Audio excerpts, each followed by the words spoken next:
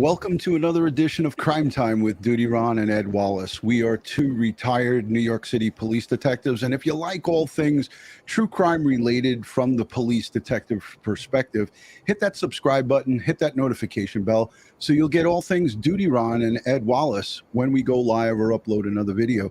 And tonight, as you can see, we have a fan favorite, as Bill would say. Barbara Butcher is here. She is a retired New York City medical examiner's chief of staff, and she makes herself available whenever and anytime that we ask her to come live with us. And you know, there's so many questions in this Idaho murder, these 4 students. From the medical examiner's standpoint, the medical examiner's office, there's nobody better on the internet than Barbara Butcher. So thank you, Barbara, for joining us here tonight. Ed and I are just so appreciative of you. Absolutely. Thank you, Ron. Thank you, Ed. Always good to see you guys. Okay. Yes, you too. And our audience, I mean, you know, putting the book aside and all of the things that are coming up in 2023 in June, you are one of the most favored guests that we've ever had on our show. As a matter of fact, one of the videos that Ed and I did with you has reached almost 2 million views. So thank you so much, Barbara, for, putting such valuable information from that perspective of a legal medical death investigator, and, you know, someone who's worked for the largest, I believe, largest medical examiner's office in the United States, or probably one of the largest. We greatly appreciate it. And being Ed's boss, that actually adds to the dynamic of this. It makes it fun because now you can come back and crack the whip on Ed again. So yeah, that was the best part of the job, I must say.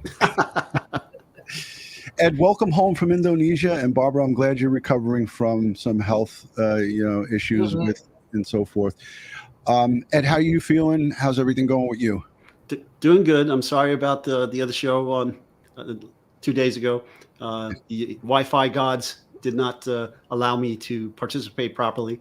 It happens. But now I'm in my own home and studio, and I have no issues. Outstanding.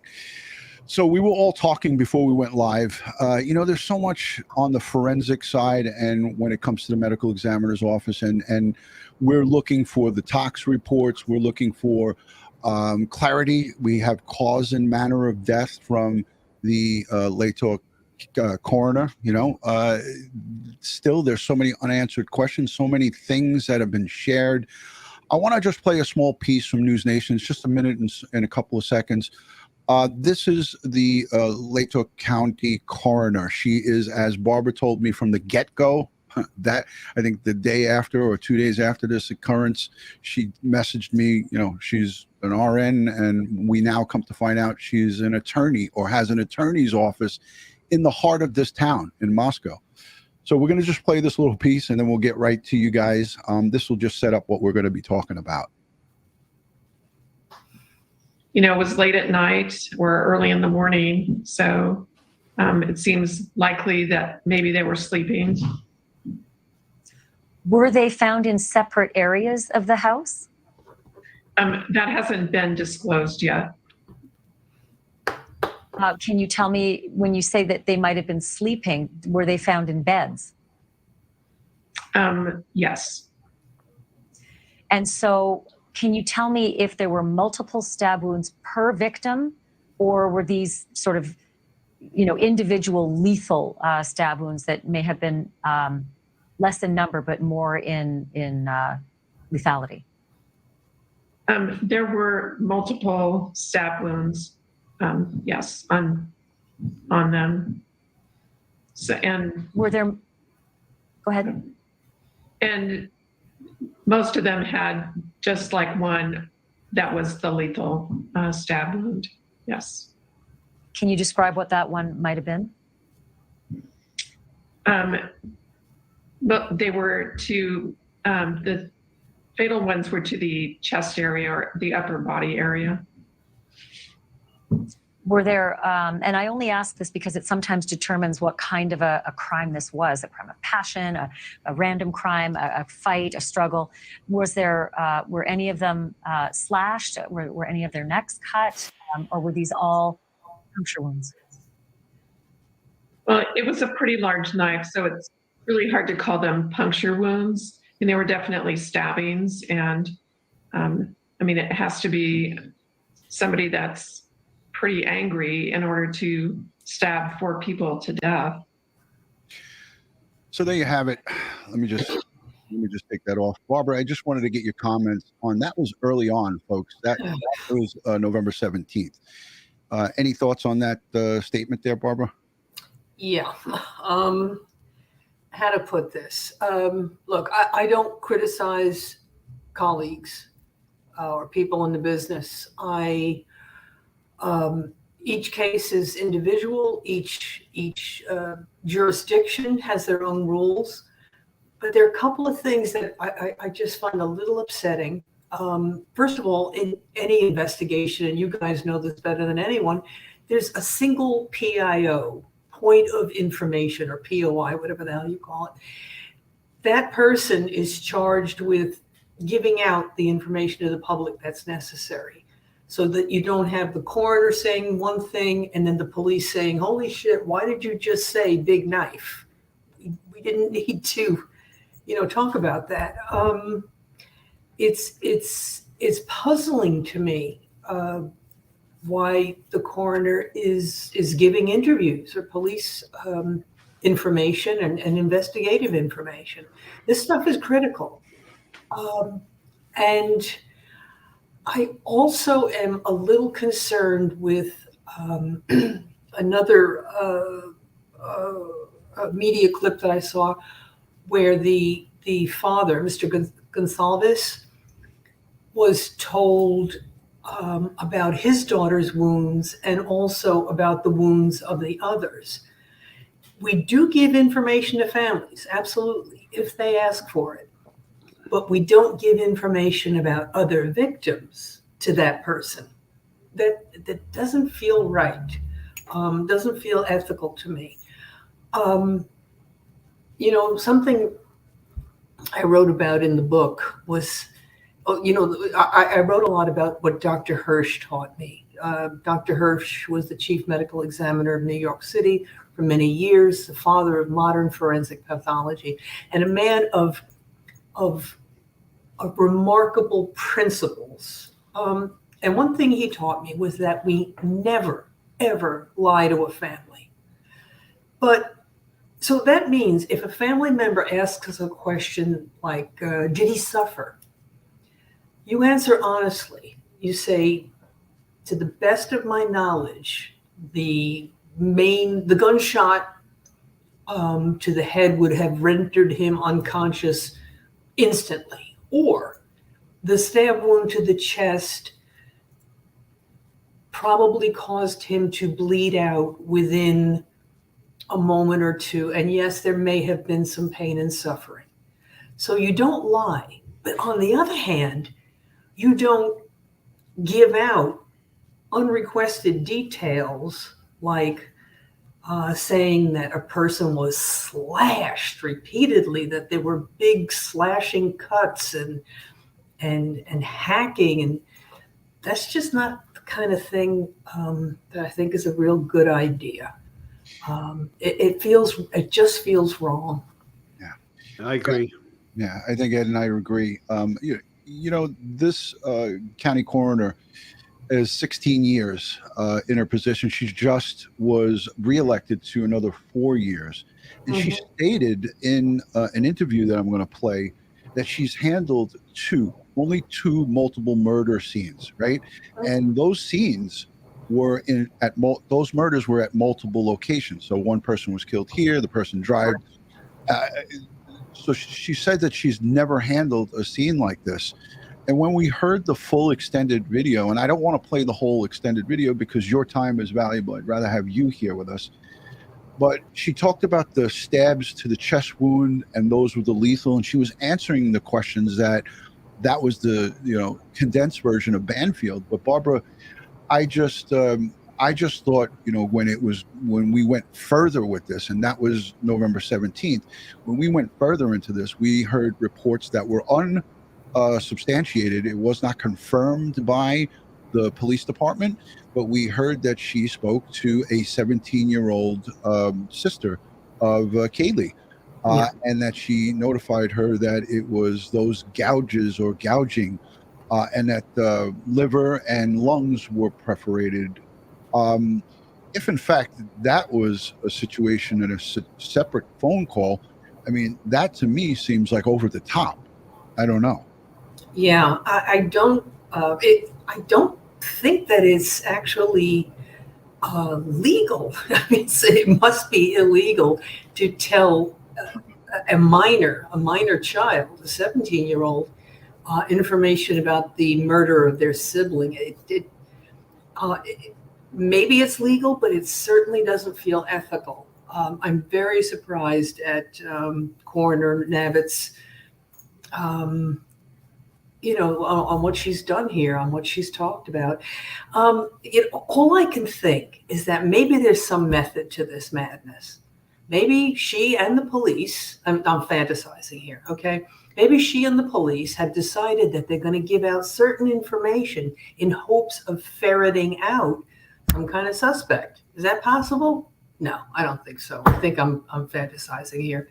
But it does make you think that way. That line of information being released does cause you to think that way, Yeah, I can't think of any detective, any crime scene detective, any police officer I've ever known, or any coroner or medical examiner I've ever known who gave out interviews and gave details and facts and evidence on a case. Yeah. I mean, certainly the jury pool is contaminated here. It's just too much information, much too much information. I can't understand it at all. You call up the households of the victim and you get a teenage sibling. That information should not have been given to that sibling. The sibling should have been asked to speak to the parents. Mm-hmm. And if the parents were present, that information goes to the parents or the guardian, not the sibling. And if the parents weren't there, I'll call back. Yeah. But even beyond that, Ed, why call somebody on a phone to talk about this horrific stuff? I mean, are they? I never did that.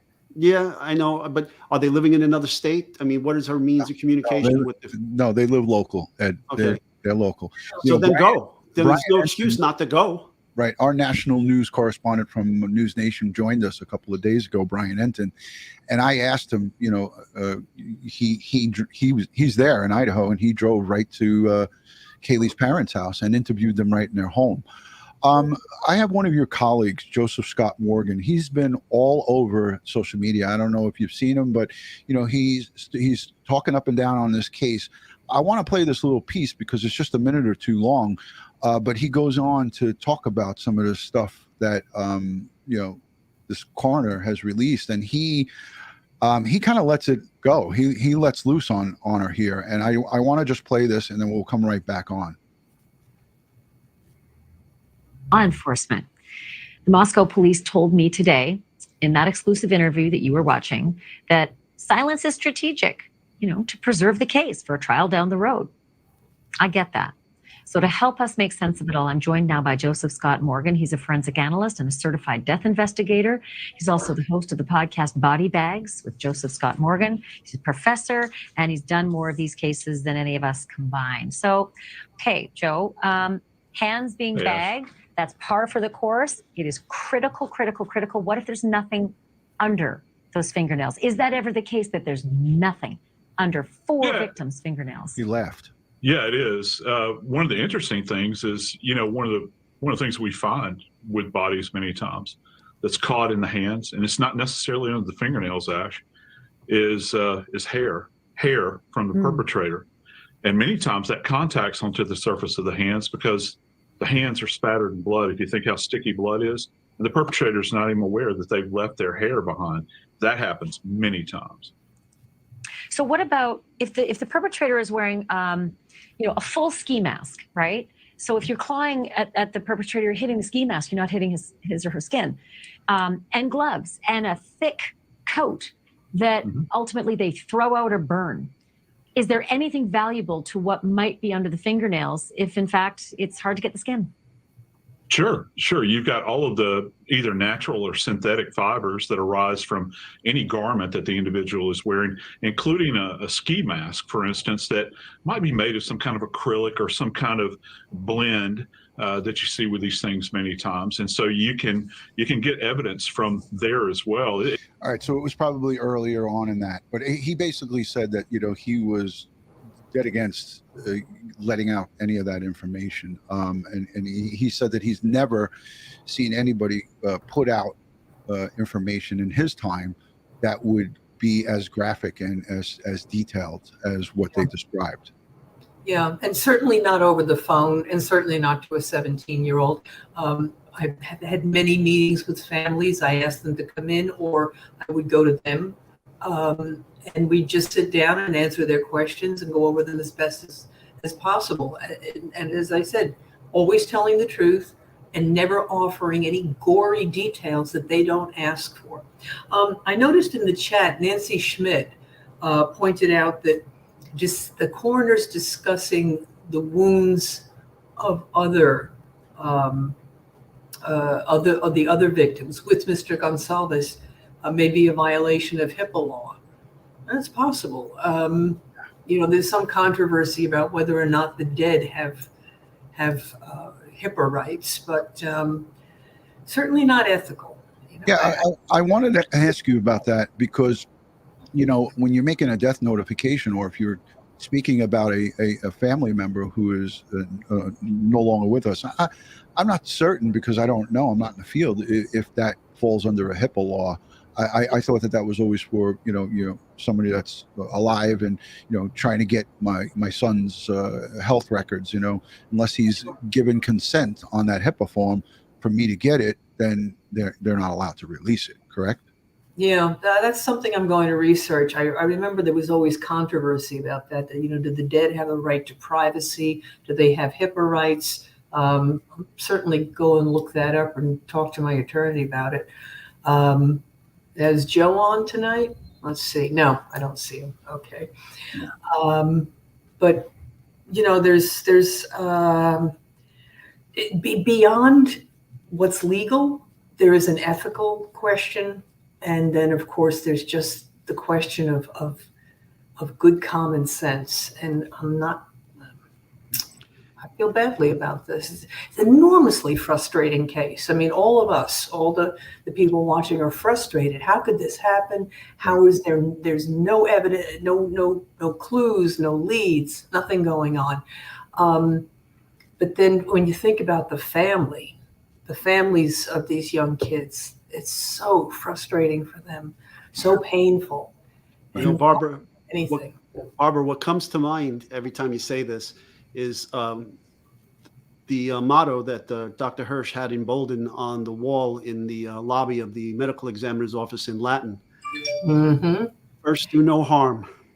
Yeah, do no harm and let laughter flee. Now, how did it go? Let laughter cease and conversation flee, for this is the place where death delights to help the living. Right. That, we learn from the dead and we get justice and we help the families and we have a public health function. But again, something else the chief taught me is that the families come first. If you think anyone else comes first, think again.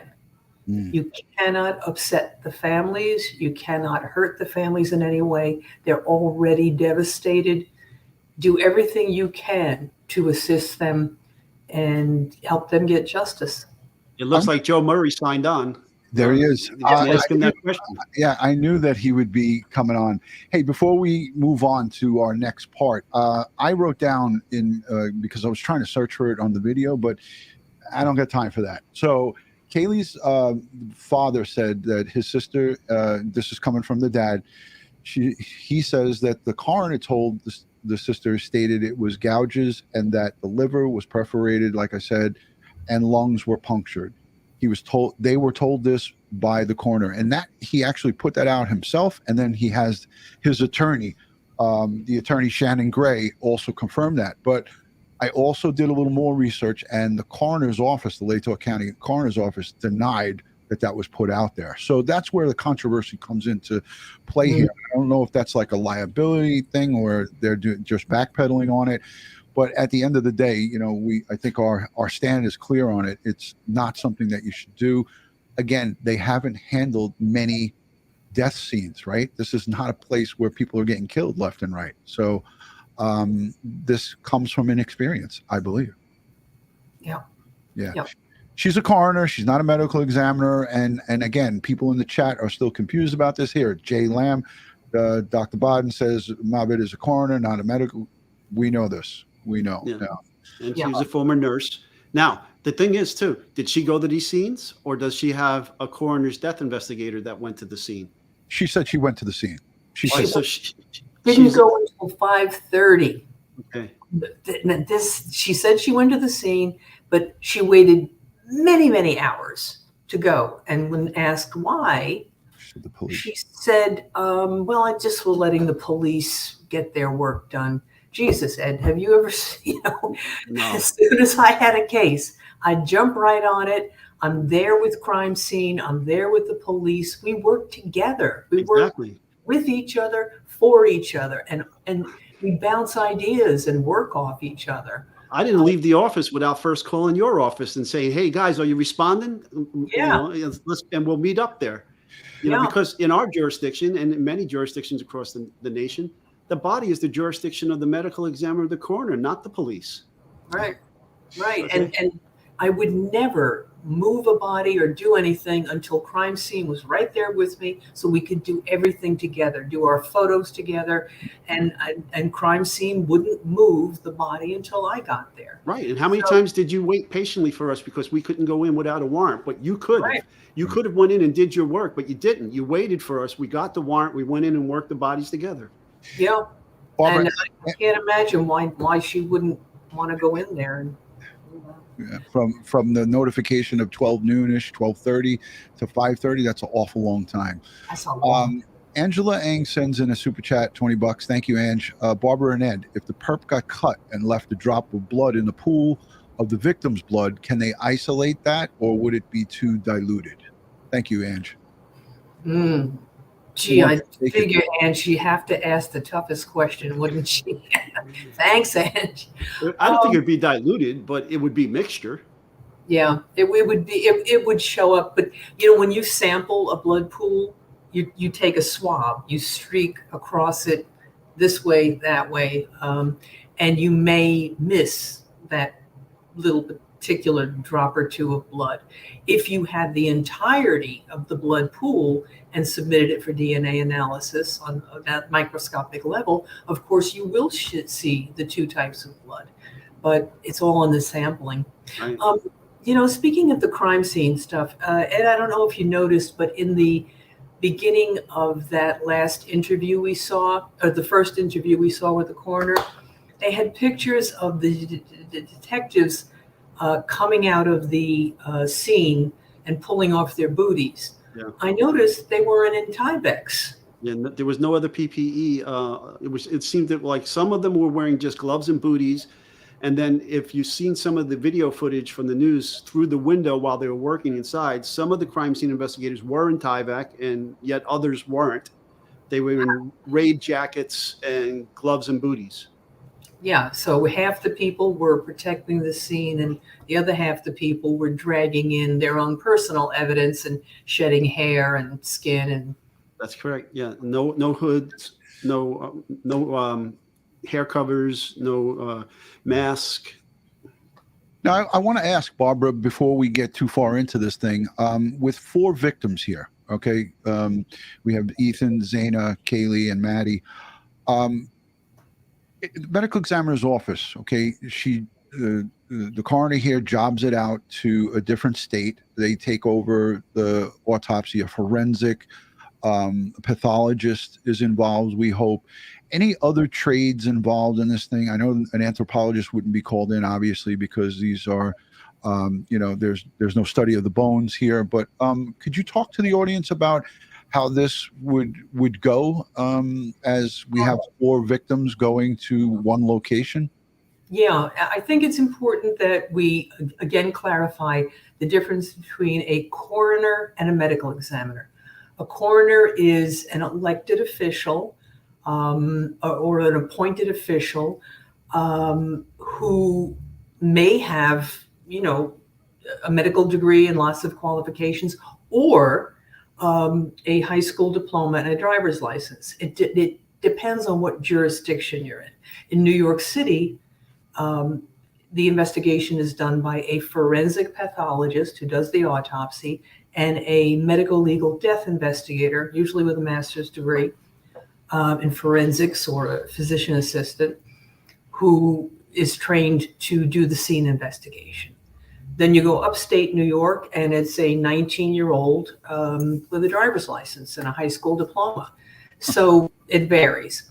Now, what the hell was my point? Okay, so if you have a murder in New York City, the body is investigated by a medical legal death investigator at the scene. It is then sealed, packaged, and brought to the medical examiners for an autopsy by a forensic pathologist. DNA technicians, DNA scientists will, at the ME's office, take the evidence from the police, evidence from the body, and test it for DNA. Toxicology will be done either in our own lab in New York or sent out to NMS, or one of the big forensic labs that will get the toxicology for you, and other specialists as needed. However, in a coroner's office in Idaho, in Moscow, Idaho, there aren't many murders, there aren't many deaths to investigate. So they have an elected coroner who, in this case, is a nurse and an attorney. Does she have the resources that, let's say, New York, Chicago, or Miami would have? No.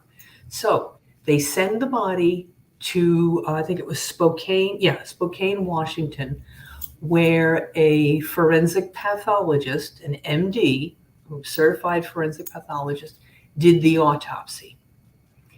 He or she then has an autopsy report, which they hand back to the coroner. And then toxicology is sent out, blood tests for drugs, alcohol, etc. Those tests are done by an outside lab and sent back to the coroner. The coroner now looks through those reports and says, the cause of death is X and the manner of death is Y. In this case, the cause of death is multiple stab wounds. The manner of death is homicide. So she's making decisions based on information given from other professionals. So that's the difference between the coroner and the medical examiner. Coroner Mabbutt she's done, I think, 2 previous multiple homicides, not with all the bodies in one location. They were spread out. A scene, we call it a double, a triple, a quintuple, a quadruple case. The scene investigation for 4 people dead in one house is very different than the scene investigation for 1 person done in a house, because there's a cross-contamination everywhere you go.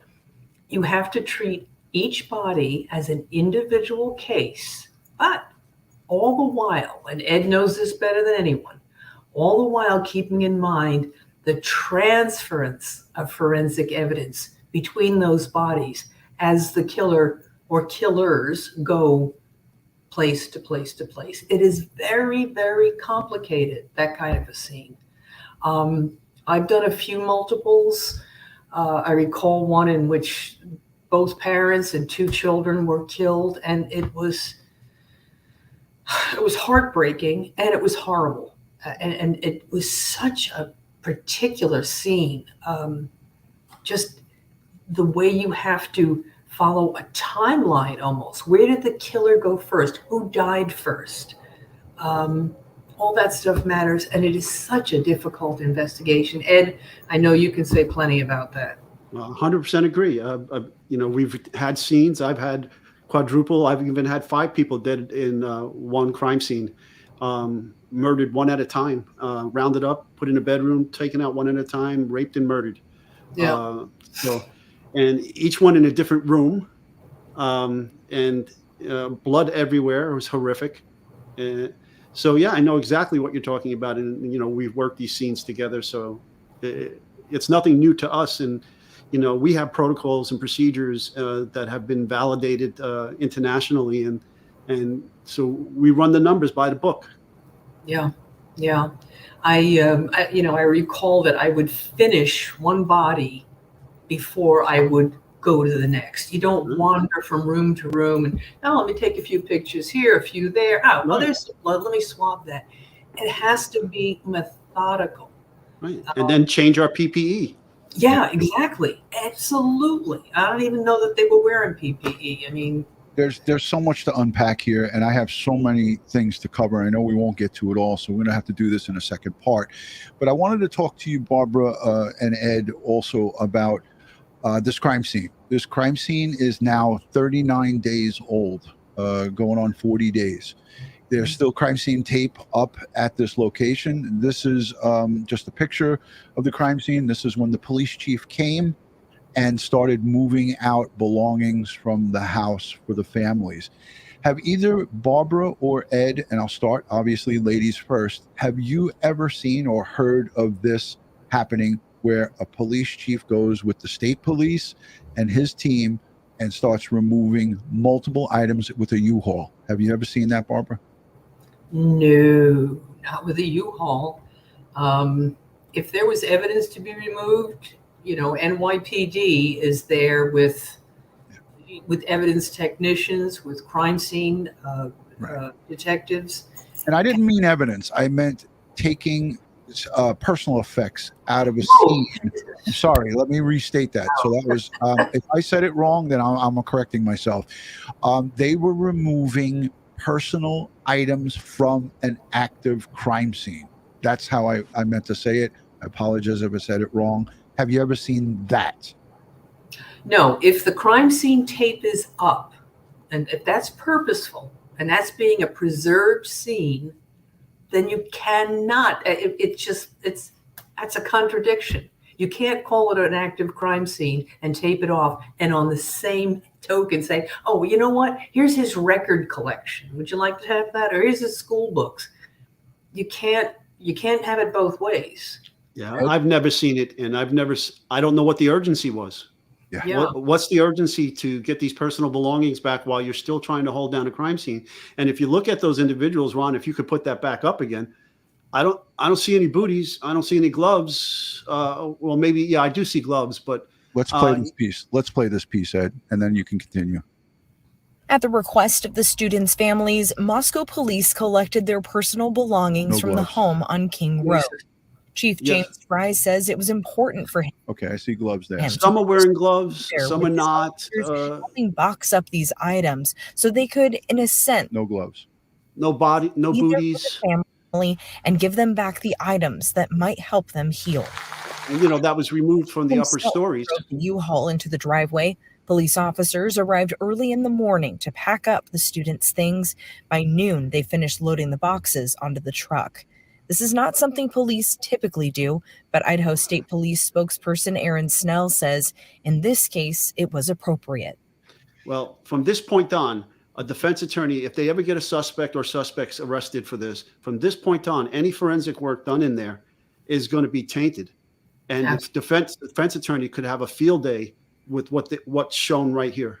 I blew a gasket when I saw this. I went nuts with it because I showed this exact thing. We're going to add retired homicide detective Sergeant Cannon in a second.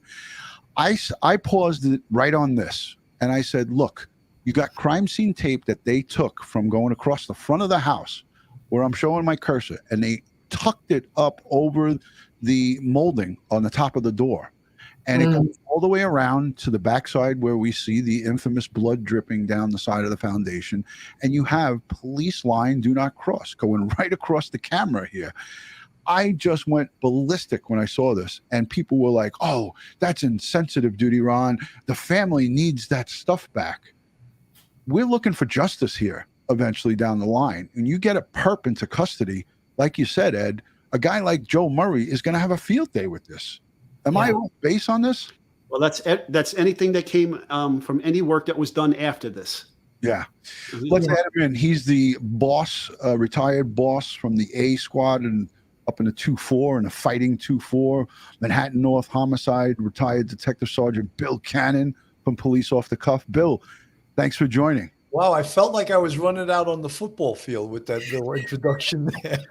you just were missing my height and weight. Billy, thanks for joining. Hey, Sarge, nice to see you. Good to see you, Ed. And Barbara, my God, so great to see you. How you doing? Oh, I'm terrific, Bill. Good to see you. But I'm incensed right now. I just saw police carrying a set of golf clubs, for Christ's sake. Oh my God. Sorry, I don't mean to be blasphemous, but what the hell? Why were the golf clubs carried out? So, as a retired homicide detective sergeant, I need to get your thoughts on that. And that happened some time ago. You know, I think that the Moscow Police Department, they want respect, and they want to be the ones that can get the respect of leading this case because it is their jurisdiction. However, you lose a lot of respect when you start doing things that are elementary. And crime scene integrity is so important. And when you, in the eyes of the whole world, start doing things that even amateur investigators can look at and say, why are they doing that? Isn't that doing this? Isn't that contaminating this? No crime scene log to sign in and out of. As you mentioned, no PPE, no Tyvek suits, no little booties. Low cards theory of exchange. And Ed, I've heard you say it a million times. I used to teach criminal investigation courses. You go into a crime scene, you bring something in. You leave, you take something out. That's it in a nutshell. And there's something we call defense attorneys, which you've mentioned, that are going to have a field day with this case. Once they make an arrest, you're right, Ed, everything past the day that they decided to give all the personal effects back, the crime scene is destroyed. Yeah, absolutely. You know, when we released a scene to the family, we made sure that it was completely and utterly done. You know, we when we released a body to a family, we made sure that every bit of evidence we needed was taken, that every examination we wanted to do was done. Now, this scene was revisited several times after this. Yeah. And while I'm here, I would like to ask a question of Ed and Barbara, because I consider you guys to be two of the best experts on this topic in the world, probably.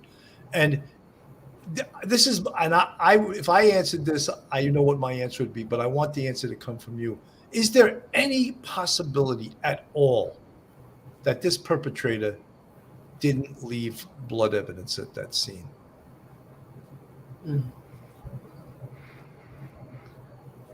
Who wants to take that? Well, I want them both to take it, but one at a time. Like I used to tell Jimmy Cold Case, Jimmy Turnbull, anything is possible. Anything. But this, I don't know. Yes, of course, anything's possible. But I think to stab 4 people multiple times, depending on the knife, you know, Ed and I, we've had several cases where as the knife comes down and hits something hard like bone, your hand slides. Even when there's a hilt, even there was a protective hilt, the hand will slide down on the weapon and cut the person's hand, leaving some blood behind. Like you said, like Barbara said, anything's possible, but I don't think it's probable. Yeah. Okay. You know, there's definitely, his presence is definitely in there. His DNA is definitely in there. Now, and his hairs and fibers in most cases, I believe that's going to be in there too. Possibly saliva, maybe even sweat. his transfer of skin cells to the bedding, to the victims, maybe skin or clothing. There's, as you said, Bill, this Lacard's exchange principle. All right, it's not a theory; it's a principle. It's proven science. Right. You're not leaving there without leaving your presence there, and without taking your presence in that scene away from there. So there's an exchange, and to the extent of the exchange, given the violence that occurred here, yeah, I suspect there's a lot of the perpetrators' presence there. Yeah. Hey, let me just say thank you to everybody that's in the chat, in the live chat. There's a couple of super chats. One from Dr. Ed Moskowitz for $20. He says, thank you to each of you for the education. Barbara, Ed, DutyRon, I'll add Bill into that. Thank you, Dr. Ed Moskowitz, who coincidentally is a resident of Pocatello, Idaho. He's our resident doctor here on Crime Time with DutyRon, and Ed, his wife Julie, she too is part of the team here. So thank you, Ed and Julie. And Integrity says, this is an angry super chat. Hey, blame your government. No standardization.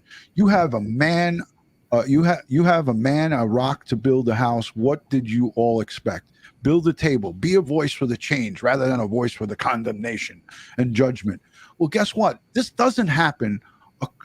This isn't running rampant in America. Most of our crime scene investigators in across our great land are on point. Okay, so these are pocketed small areas of concern in some of the smaller parts of the country where they don't have a lot of crime. But yes, there's room for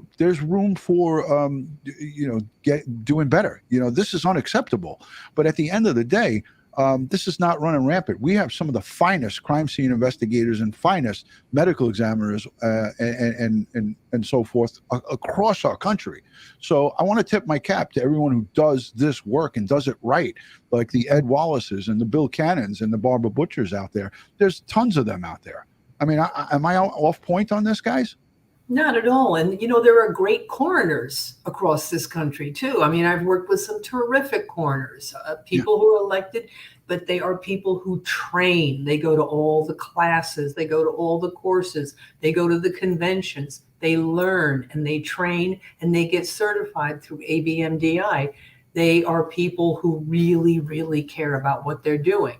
It doesn't matter if you're a coroner or a medical examiner. If you care, you learn, you get experience, and you do your job. So I am not criticizing coroners by any means. I am just expressing some of my dismay at some of the press conferences and the statements made in terms of not just protocol, but ethics.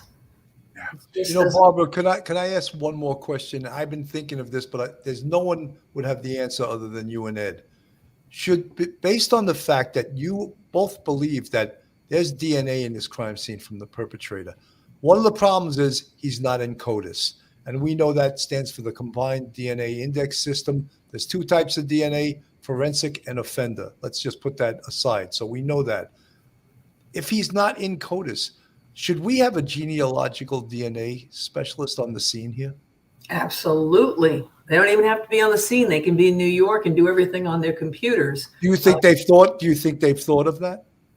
Gosh, I hope so. But yeah, if they have DNA and they have uploaded it to CODIS, it's entirely possible that this is a first-time offender and there would be no prior arrests, and therefore their DNA would not be in the national database or a state or even local database.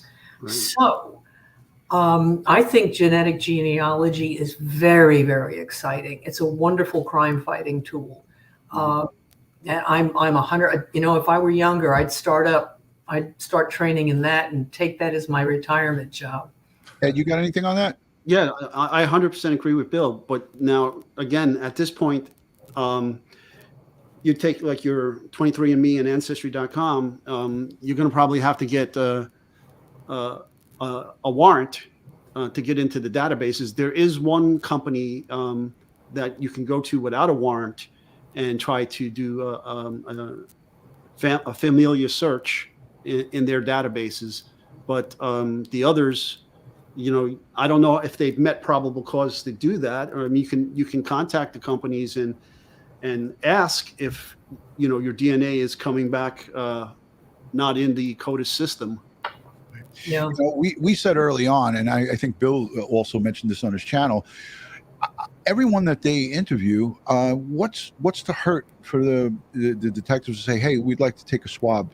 I know that some people will shout, oh, well, it's my right to say no. Of course they could say no, but what about the ones that say yes to it? So I think that should be something that they should be trying to do in this case, and I'm hoping that they did do it.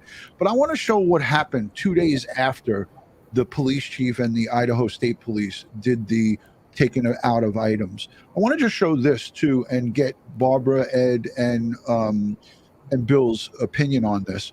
We see this happening right outside the scene 2 days later. We were here, and about 5 plainclothes investigators, we don't know if they're local, state, federal, they were inside, and we saw a lot of activity inside the home, and the home was lit up. So we were able to peek in some of the windows, but we saw those men inside the home in the 2 particular rooms where the murders took place.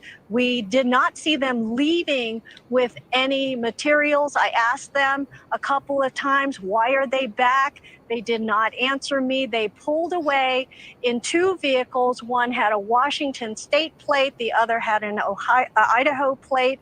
But that is all we can tell you. But we did see a lot of activity. This house was lit up for nearly an hour. They were inside. We don't know why. Nothing seemed to be removed. But as you know, Ashley, yesterday, a lot of the kids' belongings were removed by Moscow police to be returned to their families. So I'm just watching these guys as they're walking by you. Were you asking them questions, and were they effectively just ignoring you? Did they say hello? Did they say anything at all? Not a peep. And I asked them specifically, why are you here tonight? Why are you here tonight? They did not acknowledge me. So, well, I don't want to waste any more time on that, but that's 2 days later after the clean out. Again, Ed, you and I spoke about this. I think you were in Indonesia when this was going on, or you might have even been here. You might have not even been over there, but this is concerning. They didn't go in there with gloves on. I think one guy had a pair of blue gloves you could see through the glass on the second floor. The hits just keep coming. And then now, 2 days ago, there were two people that entered into the scene. They actually stopped and checked with the security and then checked in with them when they left. But these guys, to the best of what I've seen, didn't even check in, weren't even added to a list, and so forth.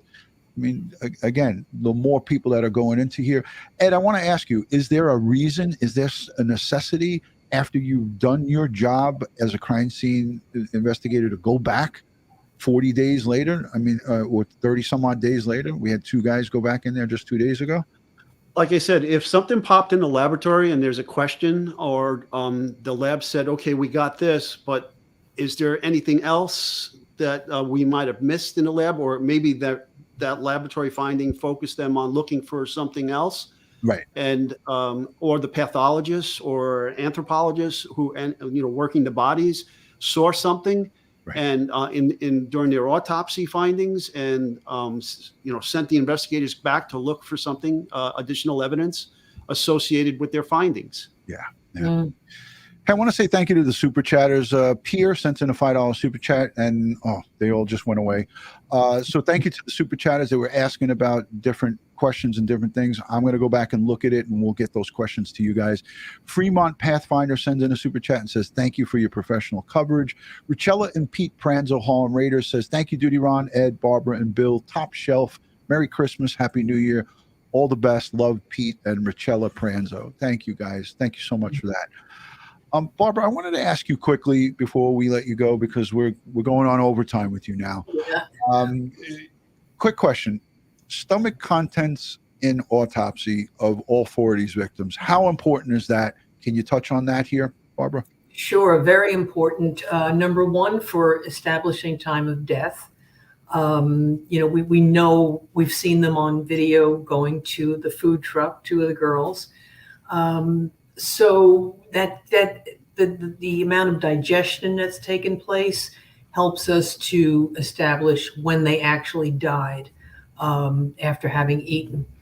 The other thing is toxicology, of course. Toxicology, we take blood samples, vitreous, that's the fluid in the eyeballs, and sometimes stomach contents.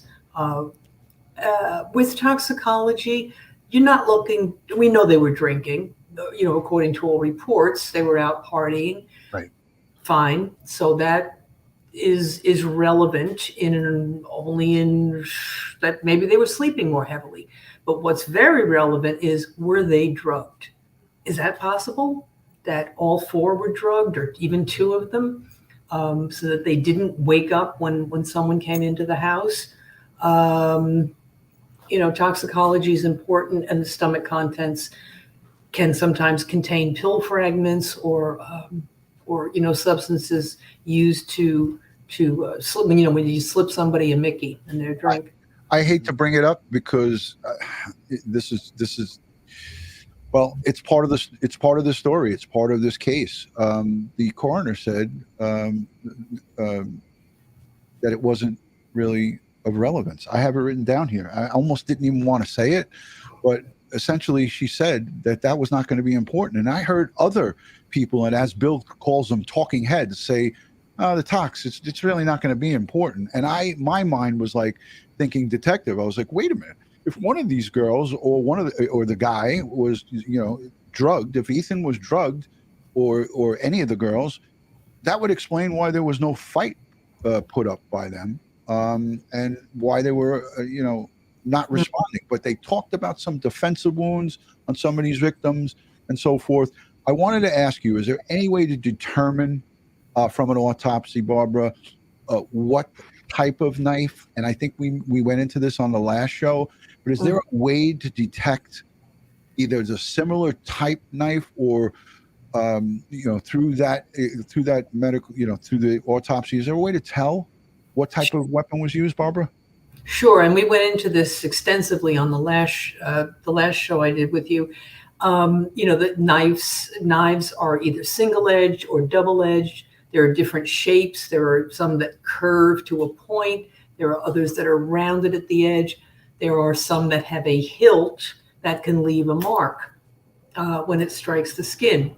You can tell the length of a knife, the width, how many edges. Is what they used to call that knife, the 007, I think. It was the gravity knife. Yeah. There's triangle shaped blades that have 3 sharp edges. Mm-hmm. So there's all kinds of knives. And how do you tell from the exam what kind of knife? Is there a science to that, Barbara? Sure. The skin has little muscles in it. It has a certain tensile strength that holds it together. When you cut through the skin, there's a separation, and now there's a gaping. The flesh is now open. Excuse me. So in order to detect the shape of the knife, you reapproximate the edges of the wound. You bring them back together, and that gives you the width of the knife. That tells you where the sharp edge was. You measure the depth of the puncture. Now, don't forget, depending on how much force, you can say in soft tissues like the abdomen, you could push in further than the depth and the actual length of the knife.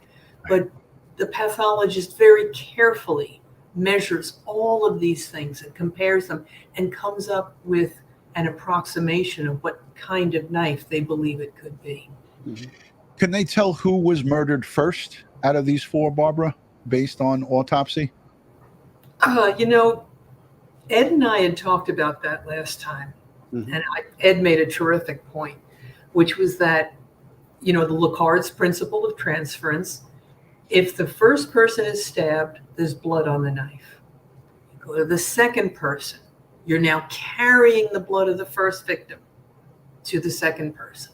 You go to the third person. Now you have 1 and 2, victims number 1 and 2.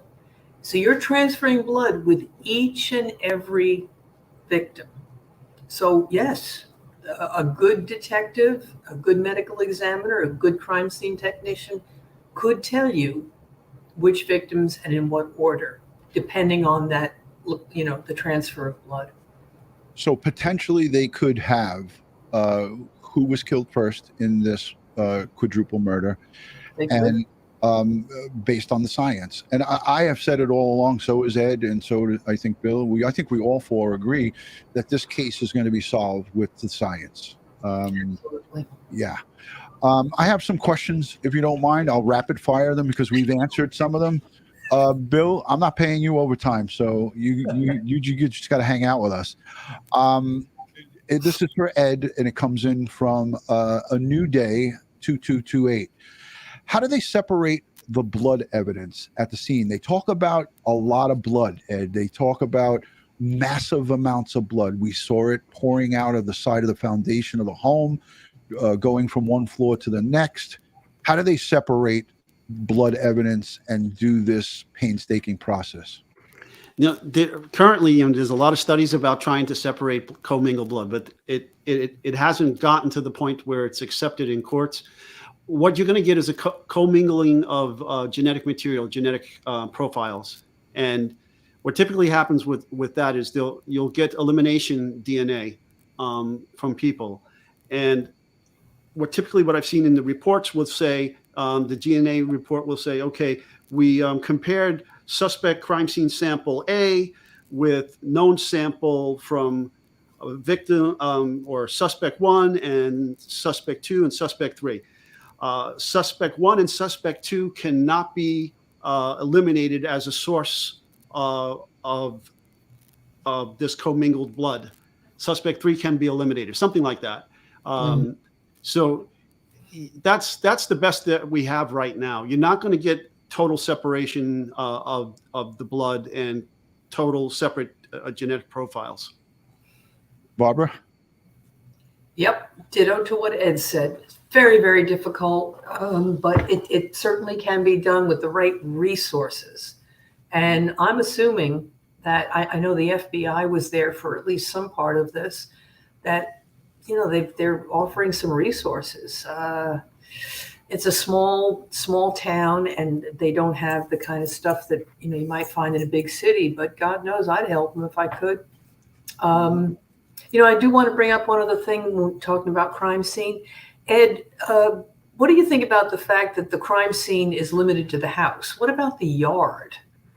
Yeah, the whole outside should have been taped off. The woods behind the house, the parking lots, everything should have been searched in and around the property. All right, because I did see them doing some work on the street. It looks like they were trying to document some yaw marks or tire marks on the street. I saw some stuff being done behind the house, but it looked like it was being taped off more for just to push the press back as opposed to searching those areas. I got a quick question for you, Ed, on this thing about the crime scene. And then, I'm glad that you brought that up, because here's a question from Livey 5. She says, in a crime scene where we know that there was no forced entry, that we know that from the police. The police told us there was no sign of forced entry. In a crime like this, in a crime scene like this, Ed, where there's 4 murders and no forced entry, right? Do you work the crime scene? And this is a great question, from the inside out or the outside in? And you are an expert. You've been on over 2,500. You processed over 2,500 crime scenes in your time. We need to get your answer on that one, Ed, because this one was highlighted. See, usually if there's a forced entry, I start from the outside in. And if there's no forced entry, as in the case that the perpetrator was already inside and maybe known to the victims or at a party and then something wrong, I work from the inside out. But in any event, I'm looking for egress and how did they get in and how did they get out? Okay. And then once they got out, where did they go? So I'm going to do both inside and outside. It just depends. Like I said, if there's forced entry, I'm starting from the outside, working my way in. And I want to follow that trail. I want to go in, I want to see, how did they get in? What were their interactions? What were their movements throughout the crime scene? And how did they exit the crime scene, and where did they go from there? So I want to document and search for and look for evidence in all these areas. Yeah, I want tire tracks, footprints, everything. Exactly. But Ed, isn't there a spiral search method which deals with where the most evidence is, and you do a spiral search in an outward fashion from where the most evidence is? Isn't that a common crime scene procedure? That is a search method. And in fact, I have the latest edition of my book, and it's in here. But it's usually done for underwater crime scenes as opposed to like inside of a house or outside. It can be done outside in an open field, and then you drop what we call a datum point in the middle of a field, and then you attach a line to it, and then you just walk out and slowly increase your circle as you go out, searching in that fashion. Yes, that is an acceptable method of crime scene searches, but typically not done indoors. Fascinating. Hey, I want to say thank you to Liz Gaspari. Yes. Thank you for becoming a new member. She's the Gaspari Nutrition. She also gifted 5 memberships. So thank you for that. Brent Montgomery sent in $10 to help for Bill's overtime. He's not getting paid overtime. That'll go to Barbara. That'll go to Barbara and Ed. I get a lot more than $10 an hour. Yeah, geez, but When that's I retired, I was making over $100 an hour. Hey, Cannon, it's Christmas time. Leave the guy alone. Thank you, Brent Montgomery. Truca Girl 11 sends in a $10 super chat and says, hopefully they got what they needed in the beginning, or sadly the inconsistency. The insistent family members may have inadvertently contaminated the crime scene. Thank you all, your distinguished guests. Thank you for that. Emily Combs says, do you think we missed seeing a lot of search, especially outside? We didn't see any evidence taken out, any of the bodies. That's a great question, Emily. Thank you. Ed, Bill, or Barbara, did you guys see anything where there was media on scene where these bodies were removed? I did not see it. I don't think there was a flurry of news locally initially on this thing, but I don't recall seeing a coroner. You know how we see in a lot of these cases we cover, the van comes up, or multiple vehicles will come up and pick up the decedents and bring them out. Did anybody see that on the panel? Ron, I didn't see that. One of the things that I did see also that disturbed me a little bit was the fact that people were allowed to get too close to the crime scene.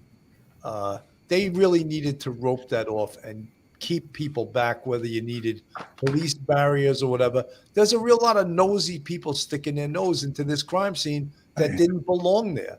And that's a no-no. Yeah, I agree. Barbara, I got to rapid fire these to you because there's people, this is directly to you. They cremated Kaylee and Madison. Do you think that was a good decision? In New York City, the medical examiner has to give permission for cremation.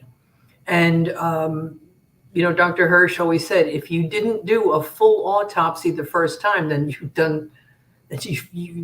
blew it. You do your full autopsy, you do every single test you can think of, you get every consultation you want from the get-go. After that, the family deserves to have the body back and can cremate them. If there's any question at all, we would ask them respectfully. We would deny the permit to cremate and discuss it with the family and explain to them that there was something else we were waiting on. But I don't know what the protocol is in Moscow, Idaho. Since they sent the body to Spokane for the forensic pathology, pathologist to do the autopsy, I'm going to assume that they got everything they needed. So it's probably okay. Here's the second part to that question, and thank you for that. Will they ever release the full autopsy report maybe after trial if somebody is arrested or if there's multiple perpetrators arrested? And what will they give us before trial, Barbara? And I don't know if Ed or Sergeant Cannon would chime in on this, but Barbara, I wanted to ask you, is it common practice to release the tox to the police and then it's up to obviously the police to release this? How will this go? Will we ever hear anything about it? We never heard anything from Gabby Petito about a full autopsy. Any thoughts on that? Only two entities, deserve to have the autopsy report legally, and that is the family and their representatives, their attorneys, or law enforcement and prosecutors, the judicial system for the use during a trial. But it is not common practice to release an autopsy to the world at large. No, it shouldn't be done. I knew the answer to it, but I had to have a professional answer it, because if I said it, people would be like, why didn't you ask her? So I think I covered all of the, I think I covered all the questions. We're over an hour. Bill, Ed, well, I'll start with Ed. Ed, do you have any questions or anything that you want to add to this, Ed? No, I'd just like to chime in on the cremation. Okay. It's a tough thing to tell a family member what to do with their loved one who's deceased or been murdered, and the body has been released by the medical examiner or coroner back to them. But, if I could just offer some advice to these people, I would say kind of hold off on that, if at all possible. If you can find it within your heart to,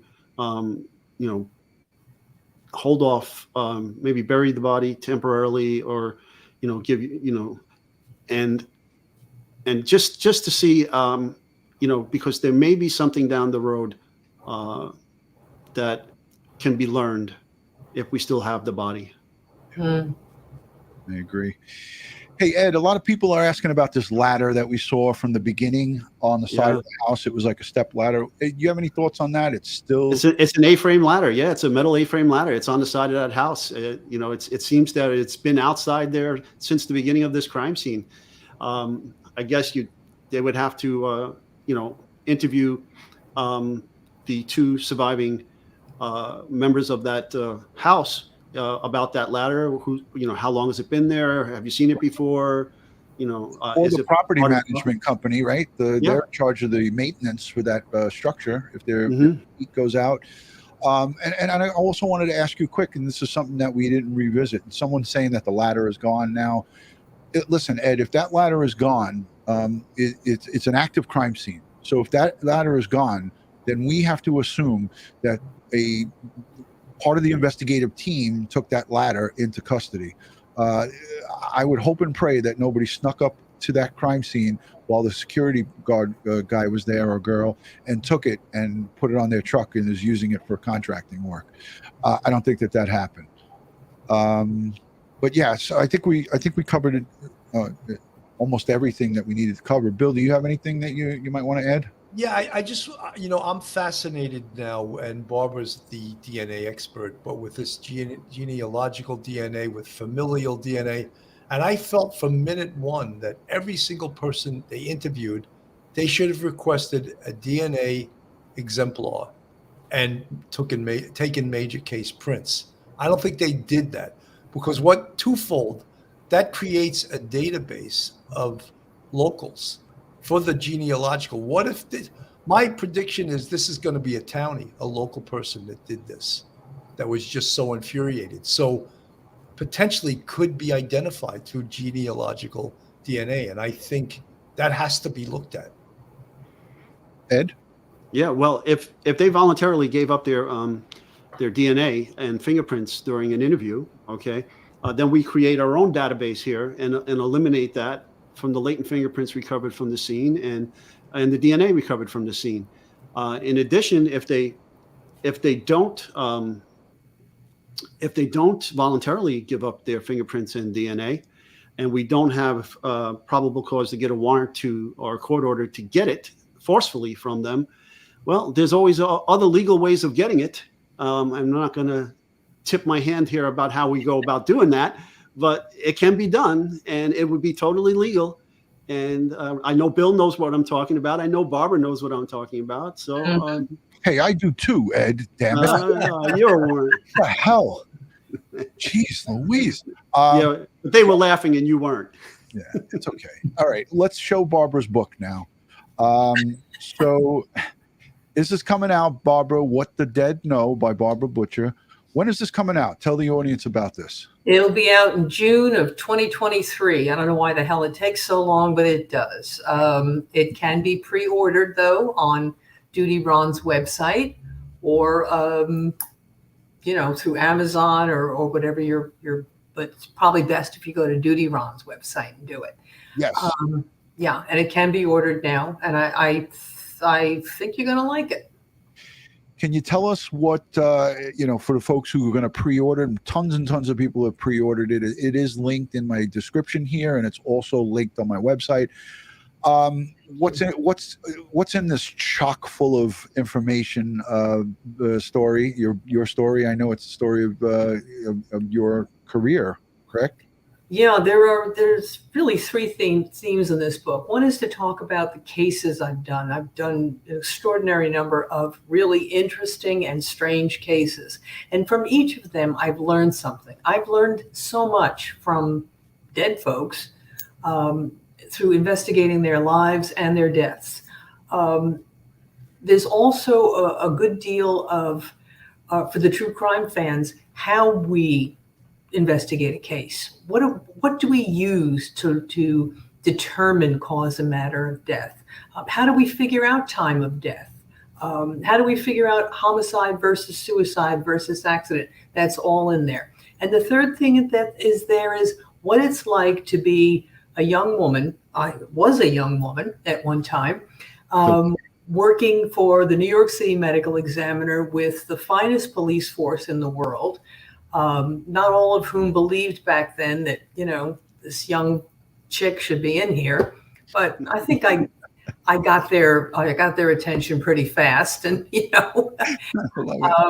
so what was it like to be the first woman to work the Manhattan office for the medical examiner's office and work with all these cops and detectives? And it was wild. It was wild. And anybody on this panel mentioned in that book? Oh, yeah. Oh, sure. Eddie's in there. Of course he's in there. We had a good time, Barbara. We certainly did. It was the best damn job in the world. And I miss it every day. I miss being in the game. I can't wait to get my signed copy because I know I'll get it before Bill Cannon and Ed. That's for sure. So, but seriously, folks, go out there. It's linked again in the description. Pre-order it. I will share it on a community tab first thing in the morning. It's on my website. You can just go over there and pre-order that book. And I think what I'm going to do is buy 10 copies from Barbara, take her out to dinner. Bill, you can't come. You told me I was invited the last time. Shit, hold on a second. Oh, hell no. Yeah, so, but Billy will all go out to dinner, and I'll take those 10 books when I buy them and get them in person. I'll bring one of these beautiful Sharpies, and I'll have Barbara sign them, and we'll do a giveaway. What do you think? We'll give away 10 of those books to some of our lucky listeners. So if you're not yet subscribed to Crime Time with DutyRon and Ed Wallace, please go over and hit that red subscribe button and follow us on all things social media. One word, DutyRon, on Instagram, Facebook, and Twitter. We're also on TikTok against Ed's wishes. That's right. We upload, we are not swinging from poles. We upload true crime stories right from this channel onto TikTok. And again, if you're not following Police Off the Cuff, Real Crime Stories with Bill Cannon and Sergeant Bill and Detective Phil, and sometimes he's got Mike Geary there with him, and just a whole bunch of great guests and great information. If you want all things true crime related, subscribe to this channel, subscribe to Police Off the Cuff. It's one of my recommended channels. Bill is not only a former colleague and a friend, he's a great person. So I highly encourage you guys to go over there and hit that subscribe button for Bill. Amen. Barbara, I'll start with the ladies first. What's your final thoughts on this case? Is this case going to get solved, Barbara? Of course, it will get solved. But it's an absolute terrible tragedy, and I wish there was more that we could do than just talk about it. I wish we could help in some way. I know the four of us would get in there and just tear things up. And it's funny you just said that, because before we went live tonight, after I was having when I had my after dinner coffee, I thought about a thing that you said a year ago or more on Bill Cannon's show. You were talking about the Long Island serial killer, and you Gilgo said, Beach. on Gilgo Beach, and you said on Bill's show, I would volunteer my time to help them solve this case. Now, correct me if I'm wrong, but my old 58-year-old brain remembers you saying that. And here you are, fast forward, talking about that, and we didn't even discuss it. So it's amazing. And I mean it. I mean it, absolutely. I'd love to work on that case. I'd love to put together a team of some of my old buddies, present company included, to go do cold cases. I'd volunteer in a heartbeat. Maybe we'll start our own cold case foundation, Ed. Yeah. And Barbara, you remember we did assist them at the New York City Medical Examiner's Office. They brought several of those bodies to us. That's right. We helped them identify them. From That's Gilgo? Yes. Yeah.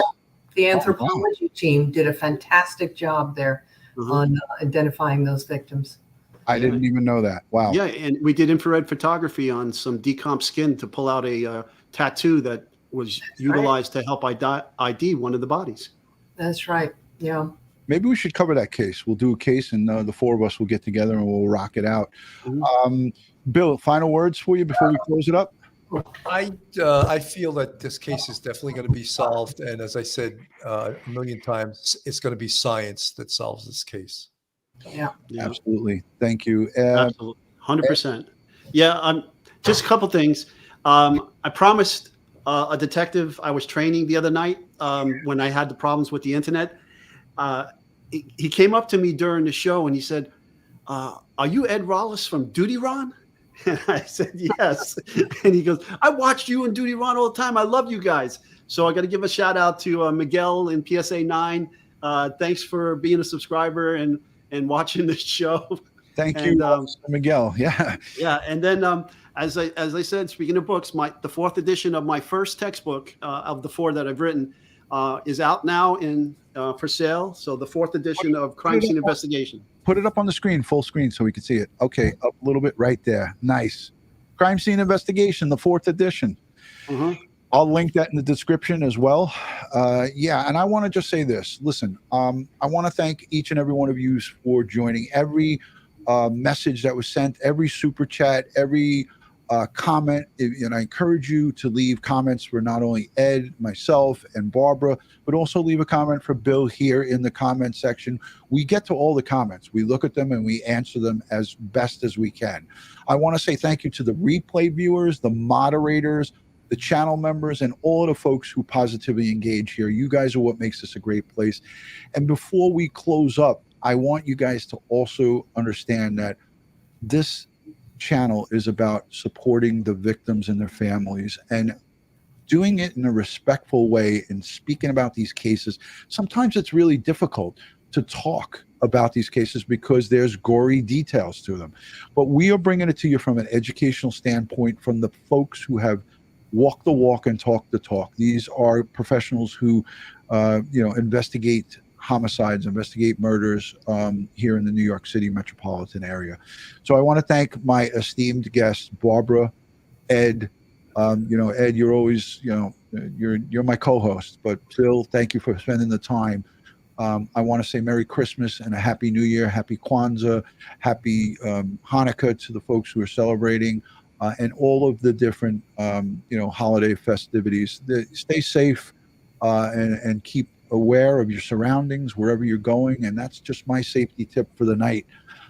Thank you, guys. We're going to be live again before Christmas. Ed and I think we're going to try to do a members only, and then just a Christmassy show where we're going to have someone come on and sing some Christmas carols to you. So we have a couple of things planned, and we're going to do that before Christmas holiday season. So thank you guys for coming on, and we appreciate all of the engagement here on Crime Time with DutyRon. Barbara, thank you. See you soon. Thank you, Barbara. Stay safe, stay well, have a great holiday. Love you all. Bye, Barbara. Thank you, Barbara. Guys. Take care, everybody. Peace.